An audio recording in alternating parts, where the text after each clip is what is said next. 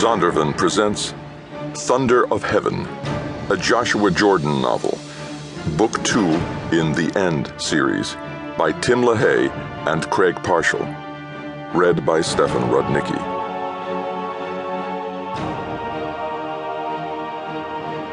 Part 1. An Ill Wind Blowing.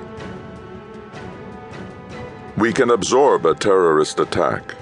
President Barack Obama, quoted in Obama's Wars by Bob Woodward. Under the last administration, as well as under this one, it has been the United States policy not to build a missile defense that would render useless Russia's nuclear capabilities.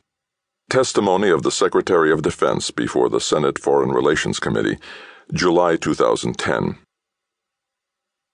Al-Qaeda's continued efforts to access chemical, biological, radiological, or nuclear material pose a serious threat to the United States. Testimony of FBI Director Robert Mueller before Congress, March 2010. Chapter 1. In the Near Future. In a small warehouse in Howard Beach, a few miles outside the fence of JFK International Airport, Hassan was going over the details with his two partners. He stared into the eyes of Farhat, the young Turkish man who was fidgeting with a set of car keys. Hassan had his doubts about him but kept them to himself. The mission was too important to risk just because Farhat hadn't given himself completely to the cause. Farhat's level of commitment had to be probed. Hassan was afraid that his young recruit was more concerned about his pretty girlfriend back in Istanbul than he was about the mission. "Farhat," Hassan began, "the time has come. Are you with us?" "Yes. Why do you doubt me?" "I don't waste time doubting. I believe. I decide. Then I act." Farhat nodded and looked over at the third man, Ramzi, a Palestinian on loan from Hamas. With his arms crossed, Ramzi looked uninterested until he spoke up. "Fine. Then we start." Ramzi motioned to several large fuel tanks in the corner of the warehouse. "But what about those?"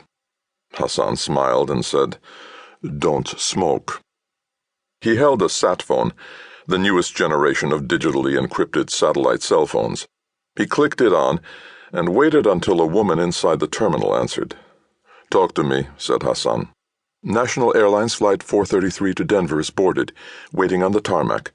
Clearance has not yet been given. I will tell you when it starts taxiing down the runway." "I will be waiting," said Hassan. "Remember, we need 2 minutes lead time."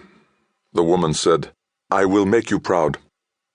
After clicking off the sat phone, Hassan barked to Farhat, "Recite your role in the plan again." Farhat swallowed hard and spoke. "I wait inside the van. I do not start the engine until I see your text on my all phone. I have 10 seconds to read it before it self-deletes. Then I turn on the ignition. Wait for you and Ramzi. If I see police or security, I turn off the van, get out, and walk over to tell you, but I don't run. If the mission is completed, then we all get in and I drive exactly 3 miles per hour over the speed limit, no more, no less, to our destination. Don't run red lights, obey all stop signs." "The route?" "Shore Parkway to I-278. Hassan put his face close to Farhat's. "One correction," said Hassan. "Not if the mission is completed. Get that straight? We will complete the mission. We must not fail." Then, to put a point on it, Hassan poked a finger into Farhat's chest and said, "Shaja'ah." Farhat wrinkled his brow. Hassan smiled.